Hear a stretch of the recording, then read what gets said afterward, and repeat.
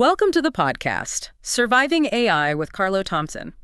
If you ask the average American how they feel about their career and finances in 2026, the answer is pretty anxious. In fact, 53% of adults say they feel behind where they expected to be financially. And yet, we're living in a massive contradiction. The stock market has been hitting all-time highs, and the national unemployment rate is hovering at a relatively stable 4.3%. Economists are calling it the low-hire, low-fire equilibrium. Outside of a few specific industries, employers aren't doing mass layoffs, but they aren't exactly expanding their workforces either. People are just job-hugging, holding on tightly to the roles they have because the landscape outside looks incredibly daunting. But beneath that surface-level stability, the tectonic plates of the U.S. economy are shifting violently. Artificial intelligence isn't a futuristic threat anymore. It's here, and it is actively hollowing out routine clerical and administrative jobs. At the same time, it's creating a massive divide. Workers who possess advanced AI skills are now commanding a staggering 56% wage premium over their peers. It's what experts are calling a divergent economy. If you're in healthcare, green energy, or specialized tech, you are operating in a total boomtown.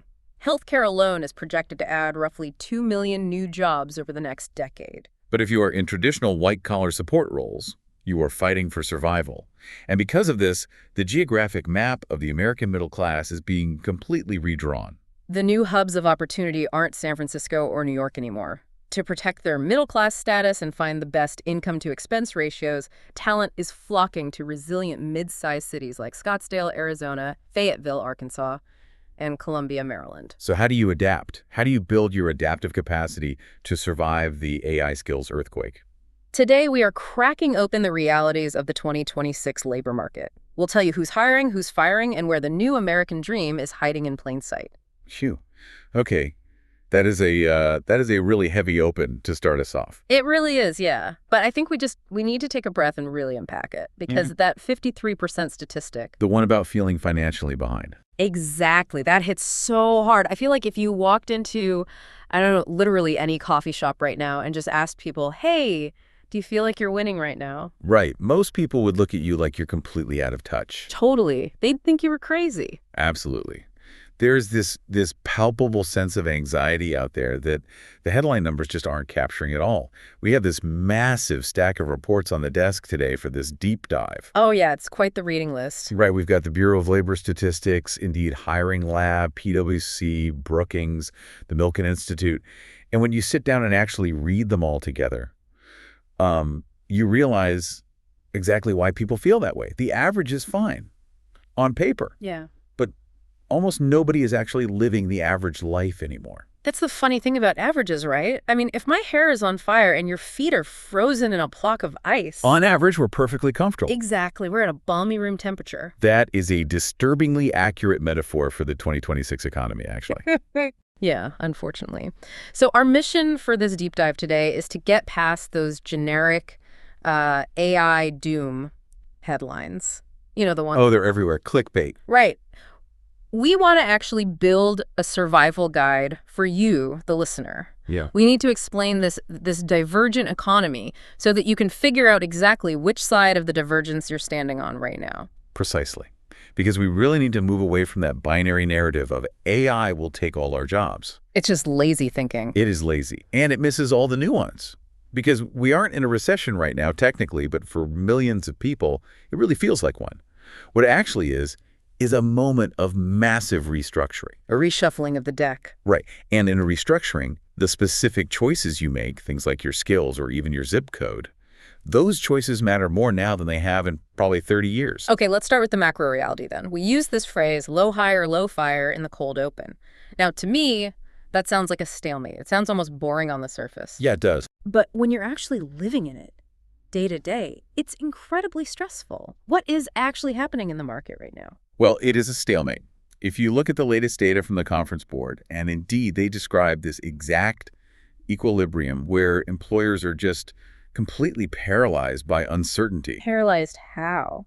Well, they aren't doing the massive sweeping layoffs that we all feared might come with this new wave of AI implementation, at least not yet. So the national unemployment rate just sits there at that very stable 4.3%. Which, if we look historically, is a rock-solid number. I mean, if you told a macroeconomist in 1980 that we'd be sitting at 4.3% unemployment, they'd tell you the economy is absolutely booming. They'd be thrilled. It's a great number on paper. But you have to look at the flow of the market, not just the static stock of jobs. The flow of new jobs has effectively turned into a trickle.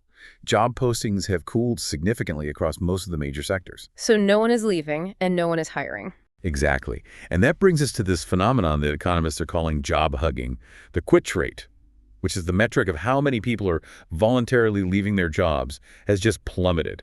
I have to say, I love that term, job hugging. It paints such a vivid, almost desperate picture. You're just gripping your desk for dear life. It's exactly that, yeah. Yeah. People are looking out the window at the external job market, seeing how cold and unforgiving it is out there, and they're deciding to just stay put, even if they're unhappy or underpaid or totally burned out. It's like a giant game of musical chairs where the music suddenly stopped. Everyone sat down. Everyone sat down, and now nobody dares to stand up again because they're terrified that their chair is going to vanish the second they stretch their legs. That is exactly the vibe. And that creates this immense stagnation. Nobody moves up the ladder. Nobody moves out to a new company, which means nobody new can come in at the bottom. Right. The whole system just clogs up. Correct. And there's a crucial piece of data that dropped back in January 2026 that really validates why employers and workers are so hesitant right now.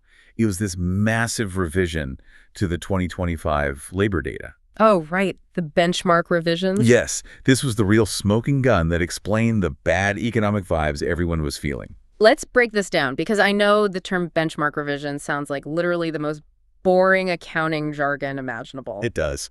But this is actually a huge deal. Walk us through how this works, because I think a lot of everyday folks completely missed this news cycle. Okay, so here's how the Bureau of Labor Statistics, or the BLS, actually operates. Every month they put out a jobs report. They say something like, we added 200,000 jobs this month, and the stock market cheers, and politicians go on TV and take credit for it. Standard operating procedure. Right. But those monthly numbers are really just estimates. They're based on surveys. Yeah. It's essentially like trying to guess how many jelly beans are in a giant glass jar based on a quick 5-second glance. Okay, so they're making an educated guess. They don't actually know for sure. Exactly. It's an extrapolation. But once a year, they do what's called the benchmark revision. This is when they stop guessing, and they actually dump the jar out and count the jelly beans one by one. They look at the hard tax records from the quarterly census of employment and wages. The receipts, basically. The receipts.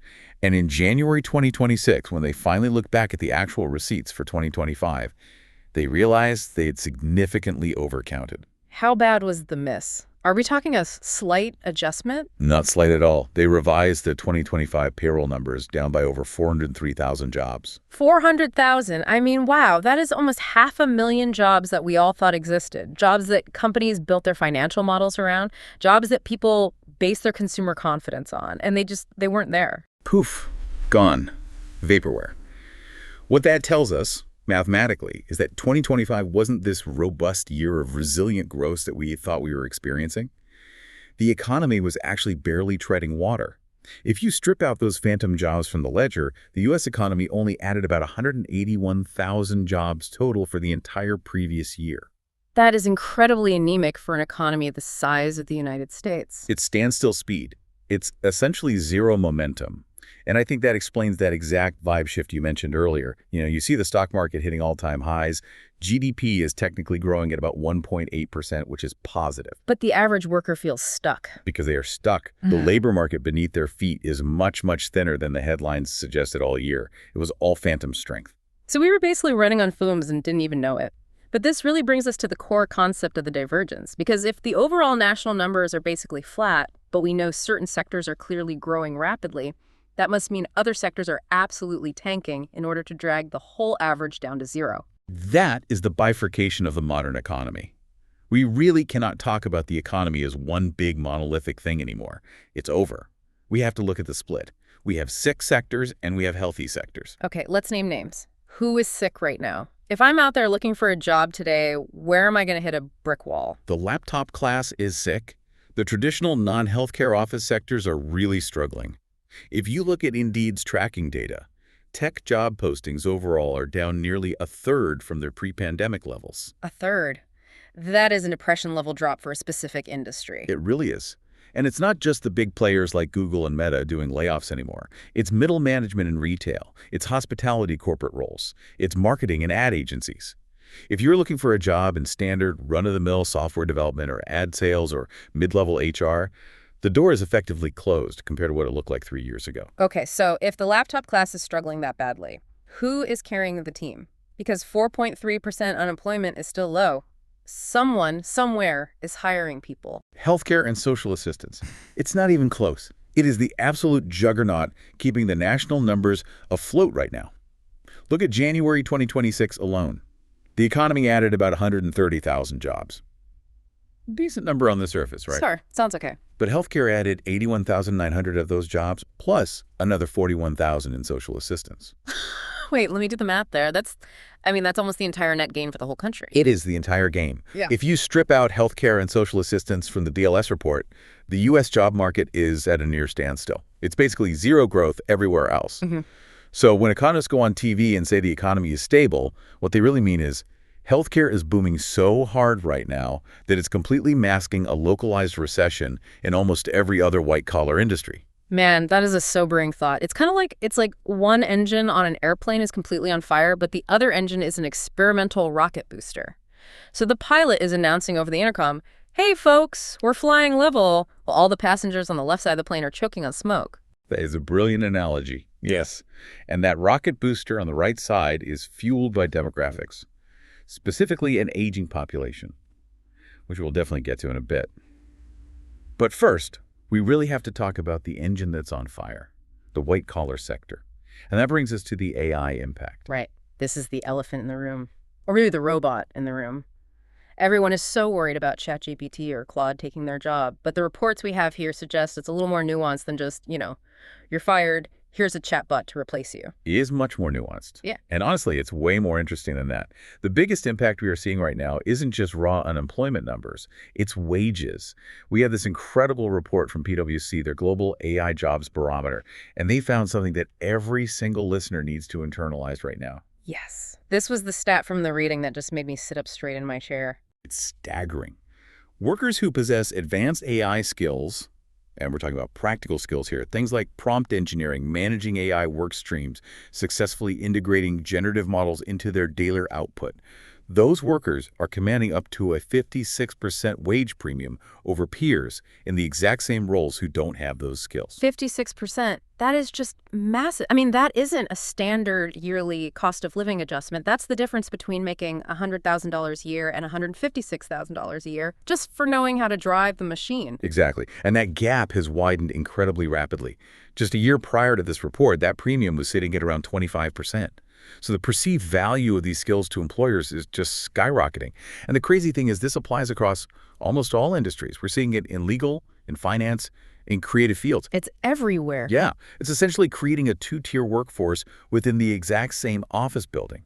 You have the AI-enhanced worker who is hyper-productive and getting paid an absolute fortune, and right next to them you have the legacy worker who is rapidly falling behind and wondering why their career is stalled out. But why is the premium so high? I can use AI. You can use AI. My mom uses AI to write recipes now. Why is the free market paying such an incredible premium for this? Is it really that difficult to learn? Well, it's not about just using it to write a funny poem for a birthday card or summarizing an email. It's about workflow integration. It's the difference between knowing how to type on a keyboard and knowing how to write a best-selling novel. Ah, okay. That makes sense. Right, so the market is paying top dollar for the person who can walk into a meeting and say, I can take this 10-hour departmental process, automate 80% of it using these 3 specific AI agents, manually check the output for hallucinations so we don't get sued, and deliver the final polished product by lunch. So it's basically the ultimate productivity multiplier. It's not just that AI replaces you. It's that AI-enabled Carlo essentially replaces 3 regular Carlos. Exactly. Or, to put it in terms of the business owner, the AI-enabled Carlo does the work of 3 Carlos and gets paid 50% more to do it, while the other 2 Carlos get let go to save headcount. That's the mechanism of displacement. It's about task replacement, not wholesale job replacement. Let's really unpack that distinction because I think it's vital, task versus job, because I think that helps people actually visualize what's happening to their own daily grind. Sure. Think of it this way. A job is really just a bundle of tasks. Take a paralegal's job, for example. That job involves reading complex contracts, summarizing thousands of pages of discovery documents, scheduling client meetings, and filing standard paperwork. That whole bundle is the job. Right. It's a collection of duties. Exactly. Now, AI is exceptionally good at reading contracts and summarizing documents. I've seen enterprise tools where you feed it a 500-page PDF of legal discovery and ask for all the liability clauses, and it highlights and summarizes them in about 4 seconds. Better than a human ever could, honestly. There's no eye fatigue, no need for coffee breaks. Exactly. Zero fatigue. So if 60% of that paralegal's day used to be spent reading those documents, AI just freed up 60% of their time. Now, for the worker with high adaptive capacity, which is a term we'll get to, that's a great thing, they use that newly freed time to do higher-level legal strategy. They evolve. They become a legal strategist rather than just a document reader. But for the worker whose entire perceived value to the firm was just reading those documents, They are in deep trouble. Their bundle of tasks is effectively empty. The very tasks that justified their paycheck are gone. And that is exactly where we see the widespread displacement happening. and the data totally supports this. We're seeing BLS projections that customer service reps are going to decline by 5% by 2033. Bank tellers are projected down 15%. These are roles where the constituent tasks are highly routine and easily handled by a language model. Correct. But here is perhaps the most important concept for our listeners to grasp today. It comes from the Brookings Institution report we reviewed. They did this truly fascinating study on a concept they call adaptive capacity. I loved this part of the research. It really moves the conversation away from just asking, is my job exposed to AI? Because let's be honest, almost everyone's job is exposed to AI now. If you work on a computer with an internet connection, you are exposed, period. Right. Exposure isn't the death sentence people think it is. High exposure can actually mean high opportunity, exactly like we saw with that 56% wage premium. Mhm. The Brookings study is brilliant because it looked at exposure plus the capacity to pivot. They measured adaptive capacity using 4 key factors: age, liquid wealth or savings, skill transferability, and local labor market density. Let's break those factors down a bit. Local labor market density basically means if I lose my job today, are there 5 other companies down the street hiring for my exact same skill set? Exactly. Do you live in an economic hub or are you on an island? So let's paint the picture of the safe zone, according to Brookings. The safe zone is inhabited by people with high AI exposure, but high adaptive capacity. Who actually lives there? What jobs are we talking about? These are your software developers, your lawyers, your financial managers. Their daily jobs are heavily impacted by generative AI. A modern lawyer uses AI constantly now to draft and search, but they have the underlying skills and the financial cushion to adapt to the changes. They use the tool to become more productive rather than being replaced by it. Brookings estimates that about 70% of highly exposed workers actually fall into this relatively safe group. They'll be okay. They might even be the ones getting that massive raise. Okay, well, that's the good news. Most people in the path of the storm have a sturdy house, but there's a danger zone, too. Yes. High exposure, but low adaptive capacity. And who is stuck in this boat? These are the workers who are mostly doing routine cognitive work. Think administrative assistants, basic office clerks, claims adjusters in the insurance industry. Maybe they don't have a strong financial safety net to go back to school. Maybe they are older and statistically less likely to be retrained by their current employers.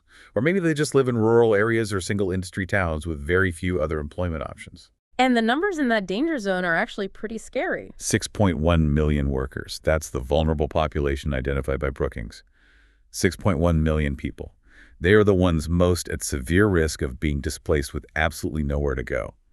They lack the transferable skills to easily jump to a brand new industry, and they lack the savings to weather a long, unpaid transition period. You know, hearing those numbers, this feels so much like the modern version of the factory automation wave we saw in the 1980s.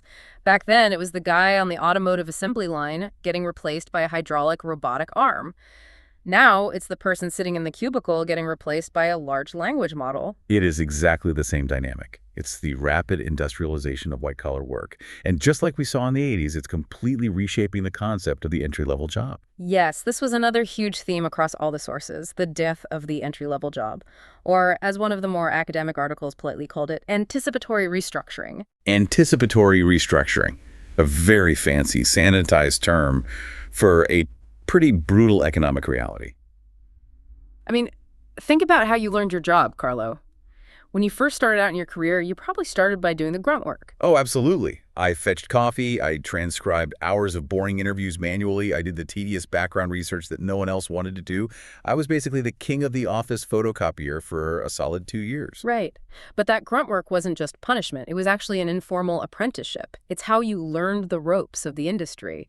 You slowly absorbed the business logic by doing those low-value tasks day in and day out. You're right. I learned how an interview should sound by transcribing bad ones. Exactly. But now, AI does the transcription instantly. AI does the basic background research. AI writes the rough first draft of the Python code. So if I'm a company trying to manage my margins, why on earth would I hire a 22-year-old junior copywriter or junior coder? You wouldn't. It's economically inefficient. And that's exactly what we are seeing in the hiring data. Employers are only hiring for experience and highly specialized skills now. They want the person who already knows how to edit the AI's output, not the kid who still needs to be taught how to write a cohesive sentence. But wait, this completely breaks the corporate ladder. I mean, if you cut off the bottom 3 rungs of the ladder, how does anyone new ever climb to the top? That is the long-term crisis that nobody has quite figured out yet. We are seeing it play out in the legal field specifically right now. As we mentioned, AI reviews the standard contracts and does the discovery. But those used to be the exact tasks that trained a first-year junior associate at a law firm. Now, big law firms are just hiring fewer associates out of law school.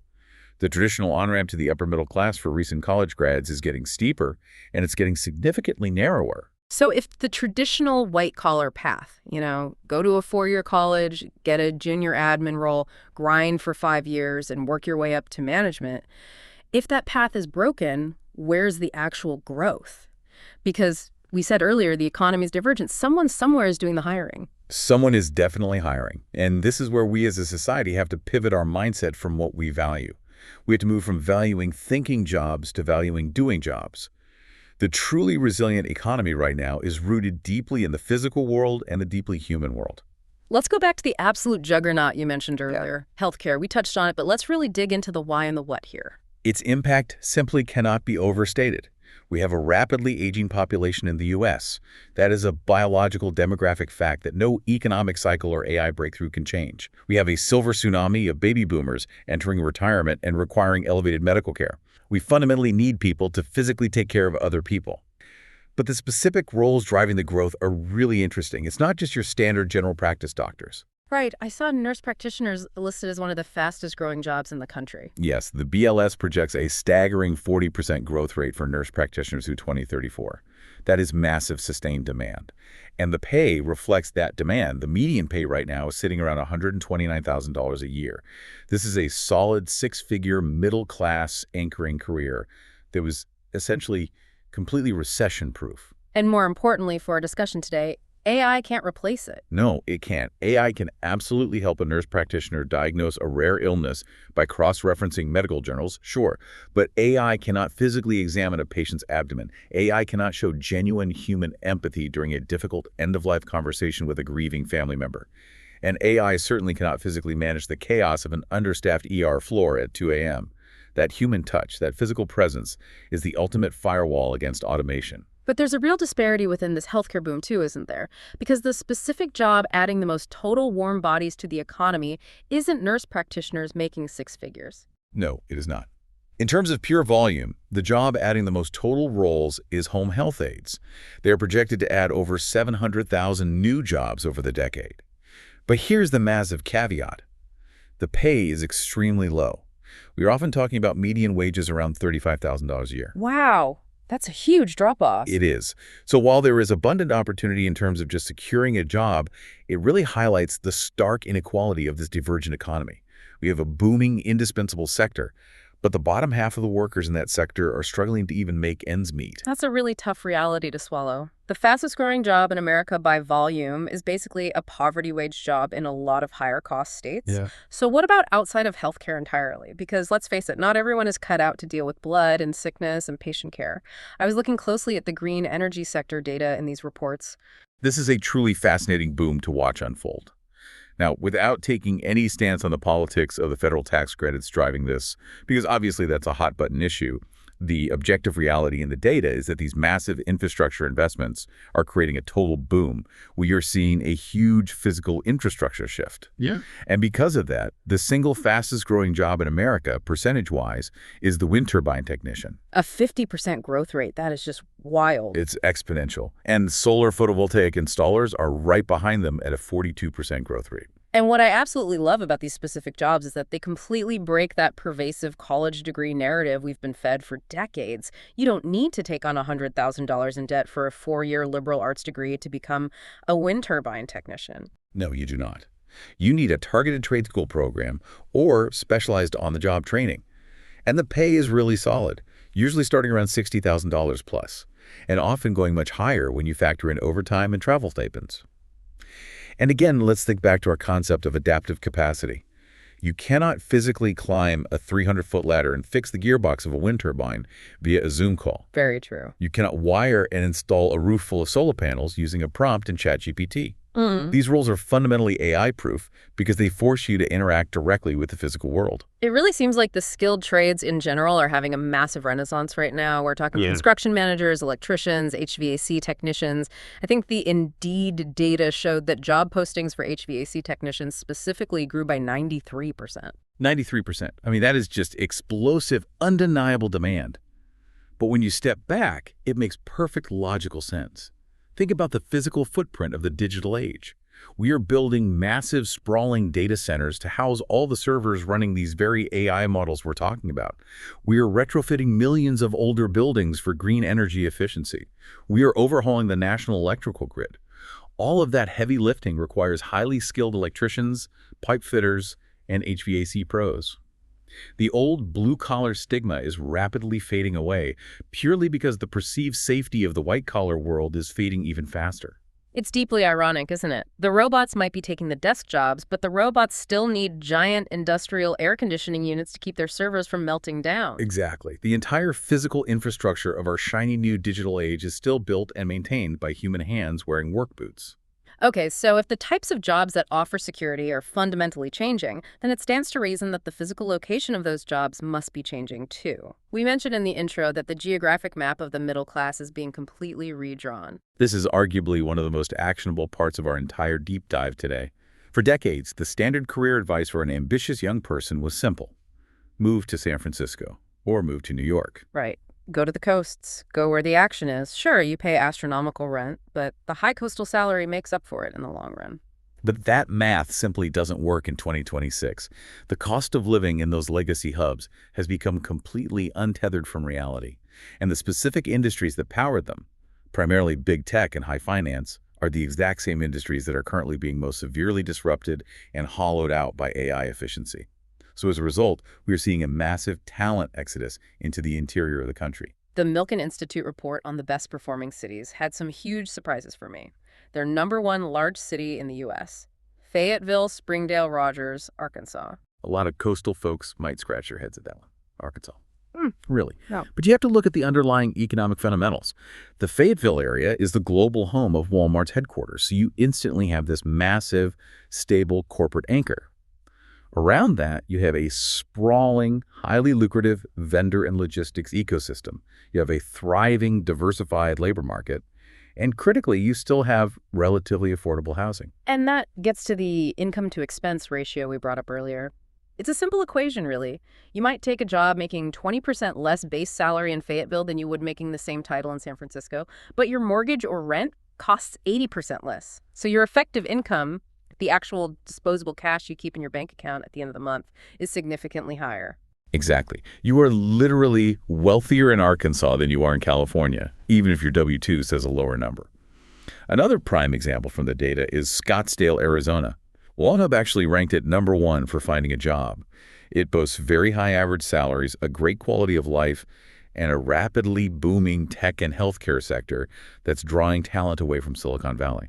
And I saw St. George, Utah took the top spot for small cities. Yes, St. George is a fascinating case study because it's this perfect modern mix. Yeah. You have tech growth, essentially the Silicon Slopes phenomenon spilling southward, combined with a massive lifestyle draw. People want to live near the national parks. They want the outdoor lifestyle.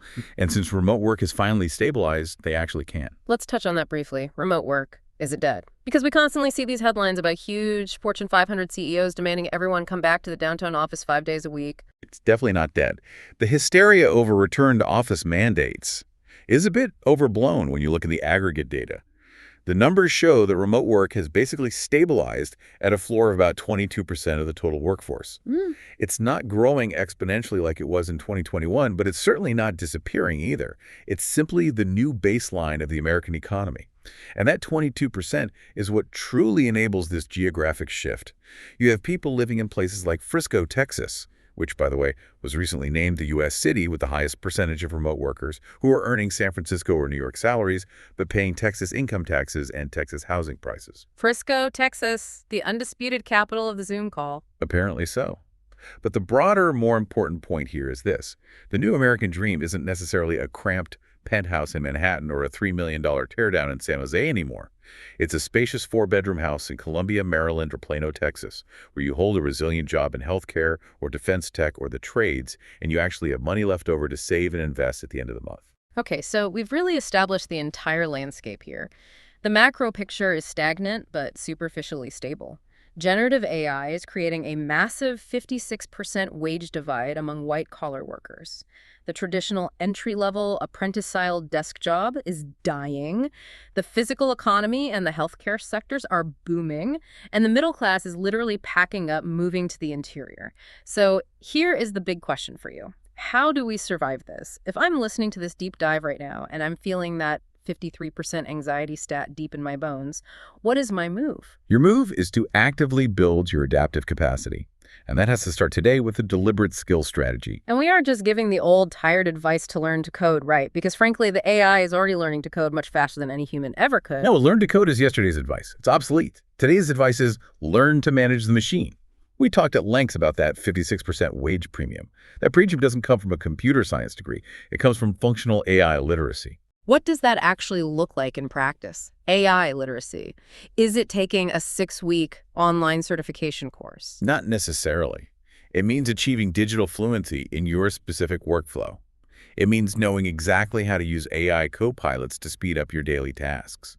It means deeply understanding how to prompt a generative model to get a usable, accurate result on the first or second try.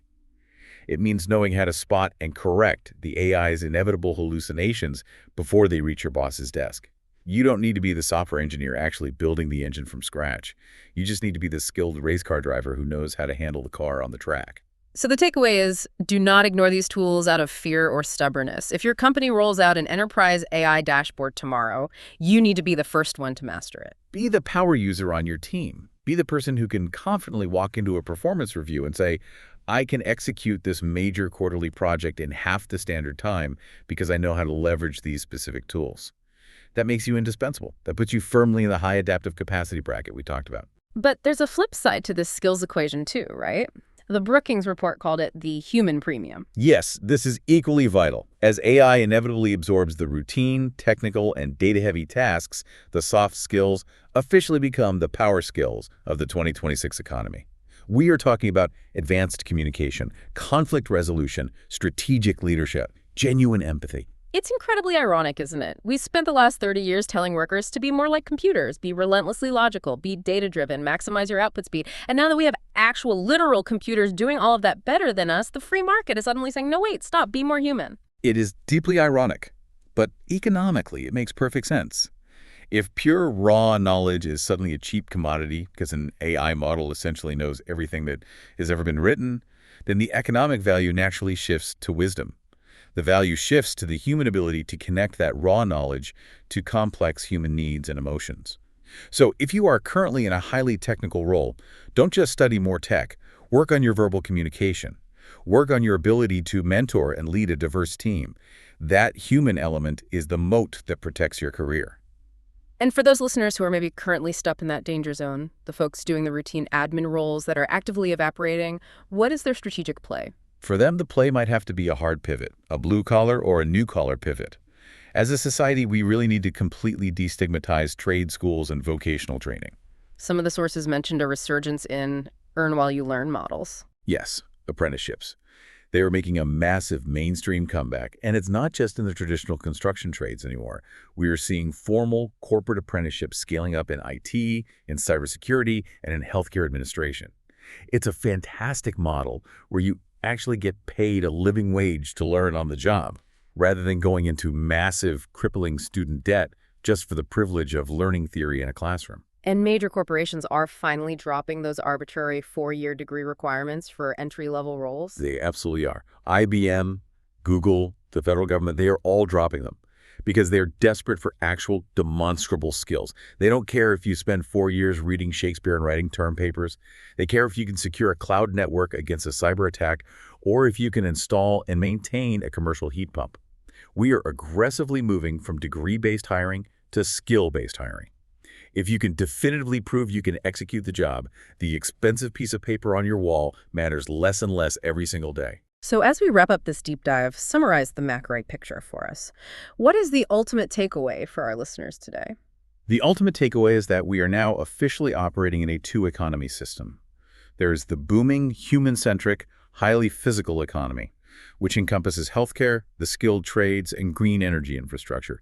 And then there is the stagnating, AI-disrupted digital economy, which encompasses routine administration, middle management, and entry-level tech. The low-hire, low-fire state we are experiencing is just a temporary holding pattern that is masking this massive generational transition. And the so what for the person listening right now on their commute? If you are sitting in a routine, white-collar desk job right now, do not get comfortable just because you haven't been laid off yet. Your adaptive capacity is your only lifeline. You need to take action.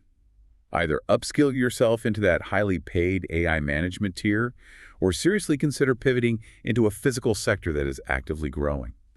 The American middle class is moving both geographically to more affordable, resilient places like Arkansas and Utah, and professionally into highly specialized, human-centric roles. You need to make sure you move with it, or you risk being left behind in the phantom economy. That leads us perfectly to a final thought for today. Yeah. You know, we've spent decades in this country telling kids, and honestly telling ourselves, that the only true respectable path to success was taking on debt for a 4-year degree so you could land a nice, clean, air-conditioned desk job. We did. It was the great promise of the knowledge economy. But looking at the reality of 2026, the safest, most lucrative place for you to be might actually be managing a sprawling wind farm out in Arkansas or running a chaotic nursing team in a Pittsburgh hospital. If artificial intelligence is permanently taking over the thinking jobs, maybe the future really belongs to the doing jobs. It raises a profound, uncomfortable question that everyone needs to ask themselves tonight. Is your personal career portfolio diversified enough to survive this shift? Are you desperately holding on to a dying dream of what white-collar work used to be, or are you actively building the skills for this new reality? That is the exact question we'll leave you with to mull over. Thank you for joining us on this deep dive. Thanks for listening to Surviving AI with Carlo Thompson, and we'll see you next time.